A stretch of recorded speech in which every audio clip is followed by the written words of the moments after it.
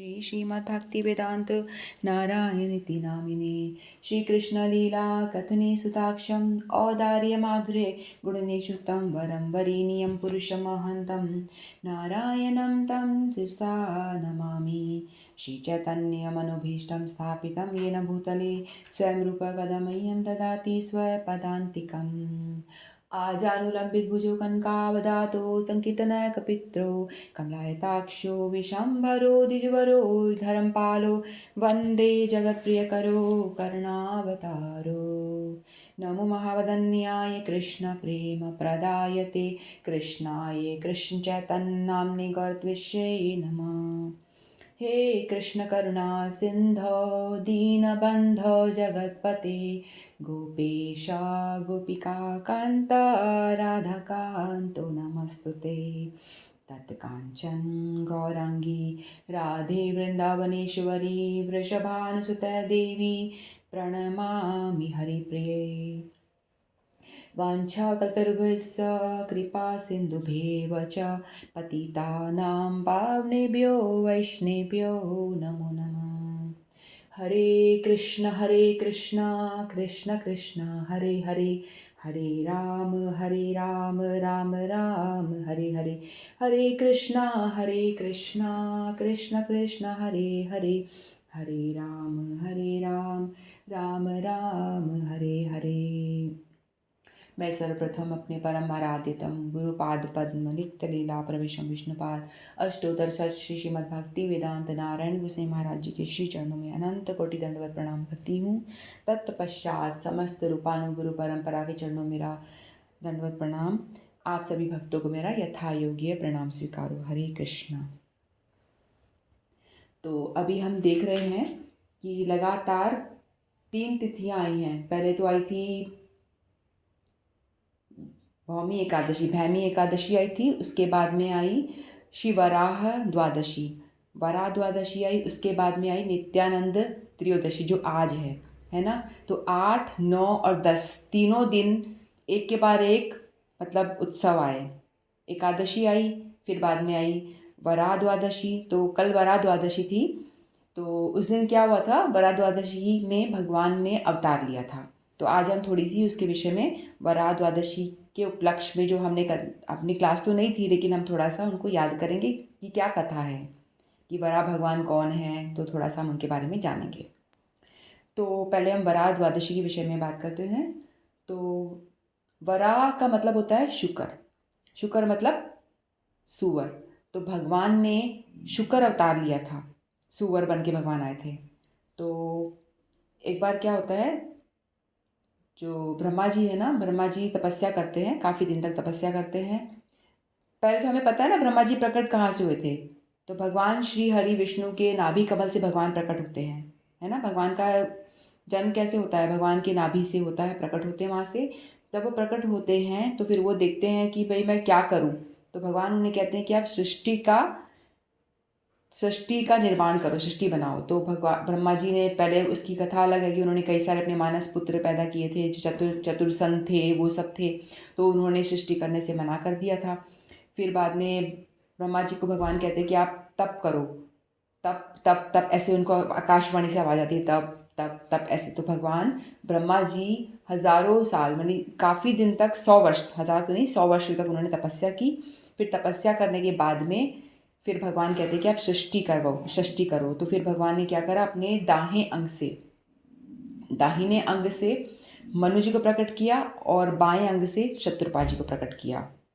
Right side से मनु और left side से शत्रुपा जी प्रकट हुए। फिर उन्होंने कहा कि आप जाकर के सृष्टि का प्रारंभ करो। जो मैथुन सृष्टि जो स्टार्ट हुई थी ना, पहले ये दोनों ही थे जिनसे, ये पहली जोड़ी थी जिनसे कि मैथुन सृष्टि का आरंभ हुआ था। तो भगवान ने उन्हें बोला कि आप पृथ्वी लोक पे जाओ और पृथ्वी लोक पे जाने के बाद में आप मैथुन सृष्टि का आरंभ करो। तो फिर वो दोनों जाते हैं पृथ्वी लोक पर। और जब पृथ्वी लोक पे जब वहाँ पहुँचते हैं तो वो देखते हैं कि पृथ्वी तो है ही नहीं, उनको पृथ्वी कहीं दिखाई नहीं देती। तो पृथ्वी नज़र ही नहीं आती। बाकी सारे जो लोग थे सब अपनी अपनी स्थान पर थे, सभी लोग अपने अपने स्थान पे थे, लेकिन जो पृथ्वी जो थी वो नहीं थी। तो वो जाके देखते हैं, फिर वह बताते हैं जाके ब्रह्मा जी को कि ब्रह्मा जी वहाँ पे पृथ्वी तो है ही नहीं अपने स्थान पे। तो फिर ब्रह्मा जी चिंतन करते हैं, चिंता में हो जाते हैं। फिर बाद में श्री हरि विष्णु के पास आते हैं, भगवान के पास में। तो भगवान श्री हरि विष्णु के पास आते हैं तो फिर वो देखते हैं, अपने दिव्य दृष्टि से देखते हैं कि पृथ्वी जो है गर्भोदक सागर में गिर गई है, रसातल में गिर गई, गर्भोदक सागर में गिर चुकी है। फिर भगवान कहते हैं कि ठीक है, आप चिंता ना करें, मैं एक अवतार लूँगा। तो भगवान क्या करते हैं, समय समय पर अवतार लेते हैं। समय समय पे अवतार लेते हैं, मानी भगवान के असंख्य अवतार हो चुके हैं और भगवान हमेशा अवतार लेते रहते हैं। फिर भगवान ने वराह अवतार लिया। तो भगवान जब अवतार लेते हैं तो उनका अवतार लेने का कोई मकसद होता है और उस कोई एक उद्देश्य को पूरा करने के लिए अवतार लेते हैं। तो वराह अवतार उन्होंने क्यों लिया, क्योंकि जो वराह जो सुअर जो होता है ना, सुकर, आप देखते हैं उसका उनका मुंह आगे से ऐसे होता है और दांत निकले होते हैं, है ना, तो दांत होते हैं और आगे से मुंह उनका आगे की तरफ होता है। तो फिर वो ये अवतार इसलिए लेते हैं क्योंकि उनको पृथ्वी को अपने मुंह पर वो करना था, विराजमान कर, इसलिए उन्होंने शुक्र अवतार लिया था। तो इस पृथ्वी को निकालने के लिए वो बिल्कुल उनका परफेक्ट ये अवतार था, जिससे कि पृथ्वी को अपने मुंह पर धारण कर सके। तो फिर जो ब्रह्मा जी होते हैं ना, ब्रह्मा जी जब भगवान को बोलते हैं, फिर भगवान कहते हैं कि मैं वराह अवतार लूँगा। तो ब्रह्मा जी की नासिका से प्रकट होते हैं। ब्रह्मा जी को छींक आती है एकदम से, जैसे विष्णु भगवान बताते हैं। तो इनको ब्रह्मा जी को छींक आती है और छींक में से एक छोटा सा छिद्र जैसा एक जीव प्रकट होता है और वो जीव जब बाहर आता है नाक से उनका जन्म होता है वरा भगवान का। भगवान कहीं से भी अवतार ले सकते हैं, कुछ नहीं कह सकते, भगवान की मर्जी, कुछ भी कर सकते। तो नासिका से ब्रह्मा जी के नाक से वो छोटा सा जीव प्रकट होता है और वो जीव धीरे धीरे धीरे धीरे अंगूठे के आकार का होता है, यानी छोटा सा शुकर के रूप में, वराह के रूप में। फिर वो अंगूठे के आकार से फिर वो धीरे धीरे हाथी के रूप में, हाथी के जितना बड़ा विशाल हो जाता है। फिर हाथी से फिर बाद में पर्वत जितना विशाल हो जाता है। फिर पर्वत से भी आगे जाकर के वो आकाश को छूता है, यानी आकाश जितना बड़ा वो शुकर का रूप, वराह रूप धारण कर लेते हैं। फिर सभी देवी देवता देते हैं कि भाई ये तो इतने बड़े हो चुके हैं और उनके जो बाल होते हैं ना, उनके शरीर पे जो बाल होते हैं और दांत होते हैं वो एकदम सुंदर चमक रहे होते हैं, बहुत सुंदर चमक रहे होते हैं। तो फिर वो देखते हैं तो लोग, देवी देवताओं को समझ में आता है कि भाई ये तो साधारण कोई वराह नहीं है, साधारण कोई शुकर नहीं है, ये भगवान ने साक्षात अवतार लिया, वराह अवतार लिया है। तो सारे देवी देवता क्या करते हैं, उनकी स्तुति करते हैं, उनकी आराधना करते हैं, स्तुति करते हैं। फिर बाद में जैसे ही स्तुति करते फिर वो देखते हैं कि उनकी आँखों से भी हजारों हजारों कोटि कोटि सूर्यों का प्रकाश निकल रहा होता है, कोटि कोटि सूर्य का कुंज प्रकाश निकल रहा होता है बाहर। तो सभी लोग उनकी स्तुति करते हैं, देवी देवता लोग, और स्तुति करके उनकी आराधना करते हैं। फिर बाद में क्या होता है, वो जो वराह जो जिन्होंने भगवान ने अवतार लिया होता है, तो वराह देव क्या करते हैं,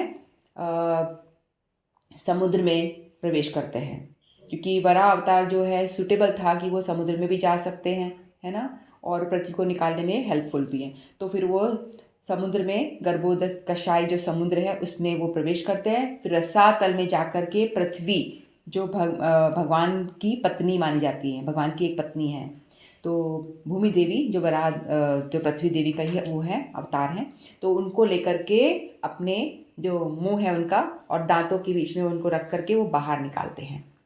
फिर वो बाहर निकालते हैं, इससे रसातल से बाहर निकालते हैं। लेकिन जो हिरण्याक्ष होता है ना, ये हिरण्यकश्यपु और हिरण्याक्ष ये दो भाई होते हैं। और ये रसातल में किसने डाला, रसातल में किसने डाल दिया था, रसातल में ये दत्ती के पुत्र होते हैं, हिरण्यकश्यपु और हिरण्याक्ष दोनों भाई है। हिरण्यकश्यपु के बारे में तो हम जानते हैं। तो हिरण्याक्ष भी उनके भाई होते हैं और जो हमेशा दोनों राक्षस हैं, दानव कुल के हैं, और ये लोग हमेशा क्या करते हैं, देवताओं से युद्ध करते रहते हैं और देवताओं को हराते रहते हैं। जो देवताओं को बार बार हरा देते हैं तो उनको लगा कि जो ये मनुष्य है ना, पृथ्वी पर मनुष्य लोग हैं, मनुष्य रहते हैं, और मनुष्य क्या करते हैं, हमेशा यज्ञ करते हैं। हमने पढ़ा था ना गीता में कि वो मनुष्य जो होते हैं यज्ञ करते हैं, यज्ञ कर कर जितना यज्ञ करते हैं तो उससे क्या होता है, देवता लोगों को बल मिलता है। जब हम मनुष्य यज्ञ करते हैं तो देवताओं को बल प्राप्त होता है, बल मिलता है। तो बल, जो देवता होते बलवान हो जाते हैं तो हम राक्षस दैत्य लोग उनको हरा नहीं पाते। तो वो ऐसा सोचते हैं। तो इसीलिए वो क्या करते हैं कि मनुष्य लोक जो पृथ्वी लोक को उठा करके रसातल में डाल देते हैं।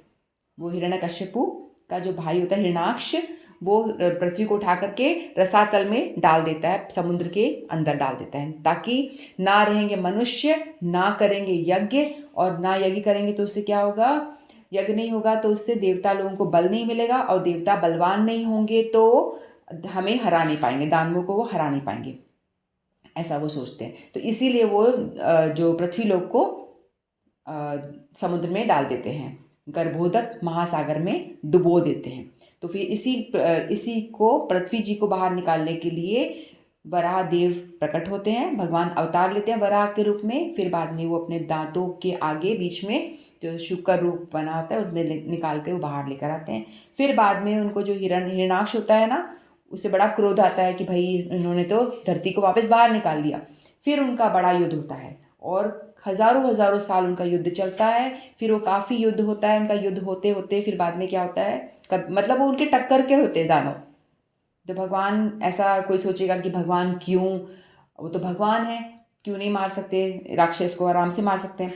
लेकिन भगवान जो होता है ना, भगवान देखते हैं कि भाई सभी लोग हमेशा मेरे आगे हाथ जोड़ के खड़े रहते हैं, ऐसे ही खड़े रहते हैं, तो भगवान को मज़ा नहीं आता। बोलते कि भैया मेरे को कुछ अलग रस चखना है, वीर रस का चखना होता है कि कोई मेरे टक्कर का भी तो हो जिससे मैं युद्ध करूं। भगवान का मन करता है कभी कि वो युद्ध करे, तो भगवान ऐसे ऐसे दानवों को प्रकट करते हैं धरती पे, जैसे रावण, कुंभकर्ण और हिरण्यकश्यपु, हिरणाक्ष। ये सारे एक्चुअली भगवान के भक्त ही हैं, एक्चुअली में भगवान के भक्त ही हैं, लेकिन भगवान को वीर रस का आस्वादन कराने के लिए वो दानव रूप धर के आते हैं धरती पे, और वो भगवान की सेवा ही कर रहे होते हैं। एक तरह से भगवान की वो युद्ध करके भी भगवान की सेवा ही करते हैं, क्योंकि भगवान को वीर रस का आस्वादन करना होता है।